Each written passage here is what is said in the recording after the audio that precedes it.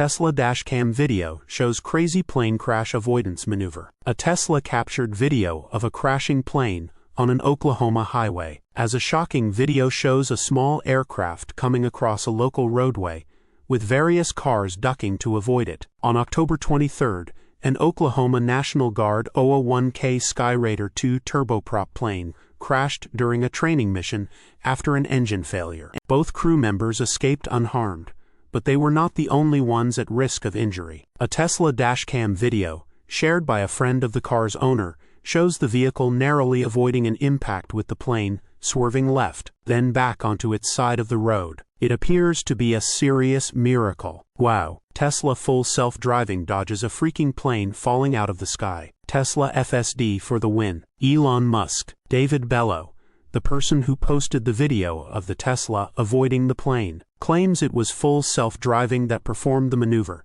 but it is not confirmed. This is what he said. "This wasn't me. My friend sent me the video from Matthew Topshin. It was his Tesla. I'll see if my friend can reach out and get more details of what FSD version. I personally had a video of my Tesla maneuvering between two bunnies at night on the road, so I fully believe this to be." There are a few hints that suggest it could be Tesla's full self-driving suite, but it is important to note that neither the company, the driver, nor the friend has confirmed this. The first hint is the vehicle's maneuver and subsequent reaction. The car suddenly swerves to the left, which any human would do, but how the vehicle continues to travel as if nothing had happened seems to solidify the idea that FSD could have been involved in avoiding the plane. Nevertheless, this does not confirm that FSD was in control. My Tesla did this on FSD supervised v14.1, and the internet went crazy. Most people would likely have stopped in their tracks